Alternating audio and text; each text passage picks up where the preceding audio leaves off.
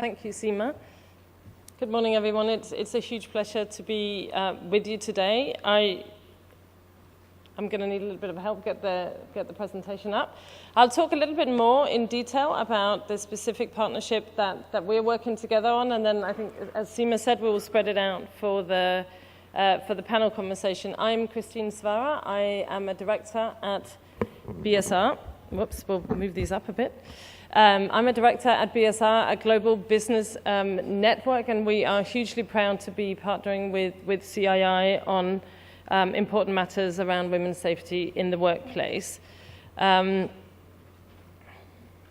What we are going to be talking about today is a very specific practical toolkit that we have been developing together with CII and in consultation with members, that is looking at how companies can accelerate the work that they've already been doing to address sexual harassment and violence in the workplace. But first, let me take a brief step back to tell you a little bit more about HERproject, under which the project that we're working together on, HERrespect, think about it, respect her, is about. So we are a global program that looks to empower women workers in global supply chains.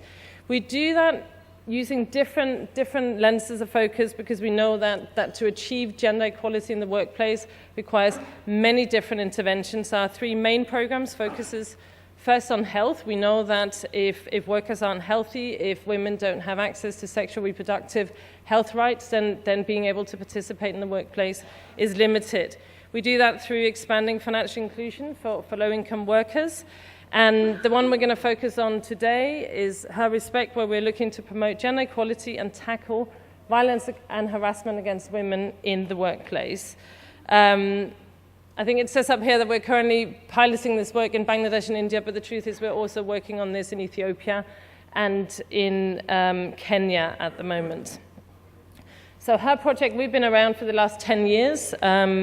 We work in 14 countries. We work with just over 700,000 workers in the world in over 600 factories and farms. We concentrate on those supply chains that are heavily feminized, because that's where we think we can have the biggest effect. It's also where we see that women are facing some of the biggest challenges. So garment and textiles, electronics, agriculture, and a little bit in home furnishings and the toy sectors.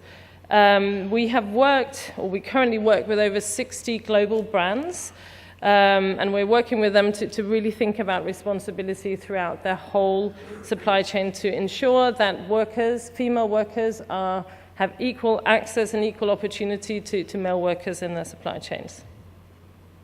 We've been in India for the last 7 years, and at the moment, I think by the end of the year, we'll have worked in over 100 factories, and just reaching over 50,000 women. But we know that there are millions and millions of more women in India whose lives and working lives we would like to improve, and it's one of the main drivers for our partnership here with CII.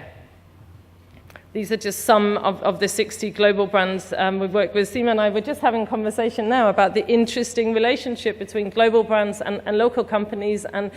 And while global brands can be an important driver for change in the workplace, we know that the real key driver are those companies who are employing the women, and that's why we're here talking to you today.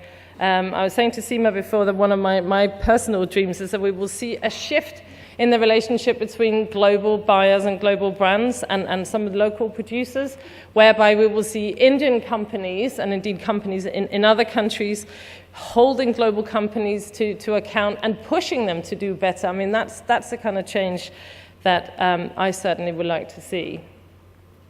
Now, I am sure that you are all aware of the 2013 Anti-Harassment Act.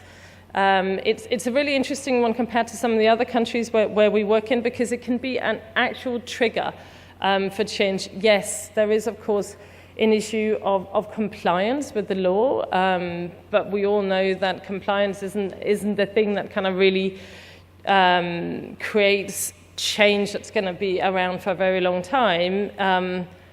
As Seema said, it is obvious that women cannot fully contribute to or benefit from economic participation if they suffer from violence and harassment just because of their gender when they go to work.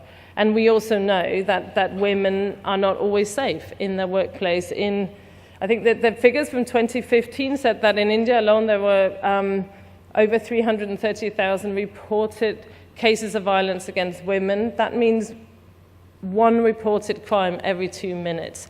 Not all of that happens in the workplace, but all of that has an effect on the workplace.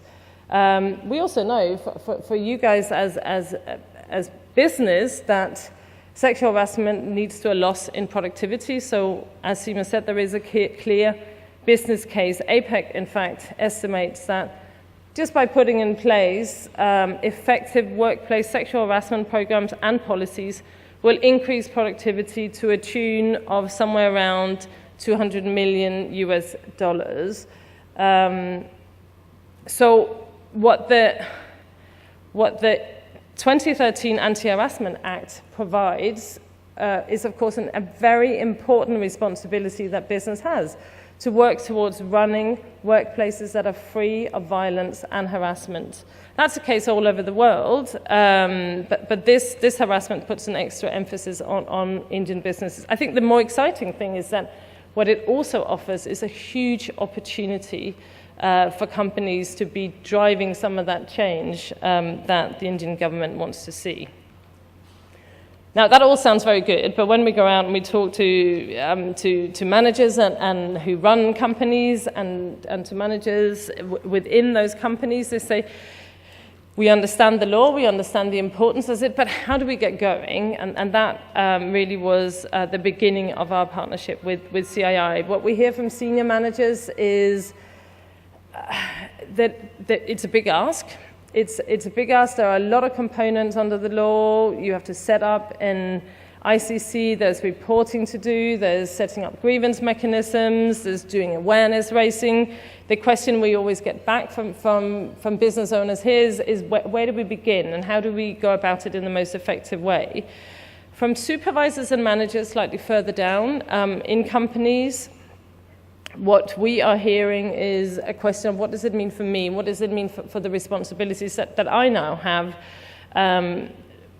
The vast majority of those managers have no legal background. Some of them haven't, if you're a supervisor on a factory floor, haven't even had training on people management.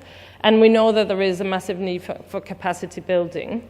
For workers themselves, even if you had the perfect workplace with perfect policies and mechanisms and engaged and supportive managers, should such a workplace exist anywhere, we will find workers who are not aware of what their rights are, who are not aware of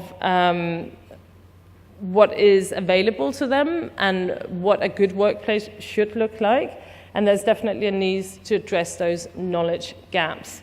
I mean, and then think about workplaces as spaces where sexual harassment, just as in wider society, has been common for so long that managers and workers alike expect it to happen, and they expect that this is how business is being done. This is the piece that together we think we can change. So with CII, we have put together the HERproject Toolkit. It's meant to be a simple, easy to pick up toolkit that's going to give those practical guidance on how do I begin to address this. It is not the solution in and of itself, but it's a starting point to say, I know there's a law in place. We know that a very large number of Indian companies are still not actively implementing the requirements of that law. This toolkit is our attempt to give some good practical guidance on how you guys might go about moving the needle on sexual harassment and violence in the workplace. It does the thing that it sets on the slides. It provides easy step-by-step guidance for management, senior management, for supervisors, but it also looks at building the capacity of those managers. It gives practical ideas on how to build capacity of workers. And as we said, it's an important starting point, we feel. You said it before, there are business benefits. I think there are business and social benefits. I think I just wanted to reiterate that those benefits are for all stakeholders involved. There are obviously huge benefits of addressing sexual violence and harassment in the workplace for female workers, but also for their male colleagues. This is about gender imbalances, and there's an opportunity to do something around that. We know that there is an opportunity for a combination, and we think the work that we're going to be doing together and the work we do in other places is a combination for workers of access to new resources to understand what your rights are, building their confidence and their agency to act upon their new workplace, and together with their supervisors and the managers and the companies they work in, looking at a much more positive and enabling environment that will enable them to fully contribute and benefit from their contributions at work. For companies and suppliers, we know that healthier workers and workers with healthier lifestyles lead more secure and stable lives. We know that there are positive impacts on productivity, on reducing absenteeism and turnover. That a major reason for why women leave a job is because it doesn't feel like a safe place to be working. And of course, which we keep telling the global brands that we're also working with, there are huge benefits in business terms for them. But above all, this is the right thing to do. Seema said it before, it's a human rights issues, and this is the right thing for companies to do. So I think we said that. I think just to reiterate that the toolkit really is for everyone. We focus on the garment and textile industry, but we know it's equally relevant for other sectors as well. It is relevant for a whole variety of people within companies, but also outside of companies. You'll see here that we have non-profit organizations. There are major non-profit organizations where some of these things also occur. These are also relevant tools for them, but also because we know that to really address it will require likely collaboration between business and between non-profit organizations. In the toolkit, as I said, there are specific training materials, step-by-step guides, very clear implementation guidance, and guidance for facilitators, people that will be leading on this work within workplaces.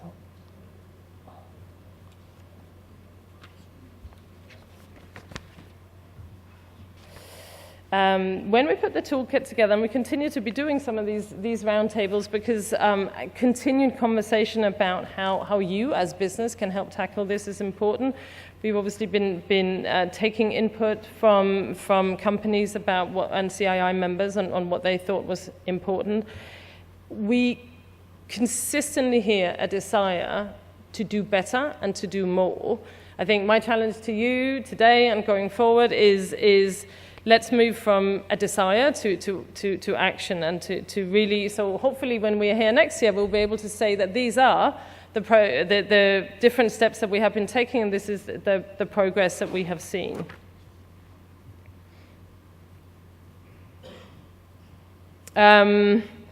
I would just finish before we start the panel discussion to say that the cost of sexual harassment and violence in a workplace is a cost not just to business but to society as a whole. It requires changing ingrained patterns of harassment that challenges norms and perceptions about what is acceptable and what is not, what is a role of a woman and what is the role of a man, and how do they engage in a much more positive way together. At HERproject, we firmly believe that the workplace can be a powerful space for change.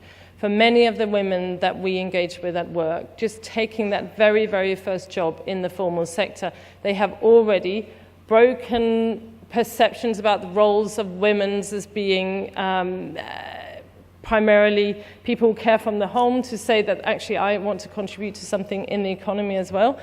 Once you have them in the workplace, you have them for a significant number of hours a day. If you think about the numbers of women you have in your workplace and for how long you have them, think about your opportunity to use this space effectively for change. I think there is an opportunity for business, and for Indian business in particular, to play a major role in rewriting the rule book on how men and women treat each other at work, which is bound to have a positive effect for women, for business, and for India as a whole.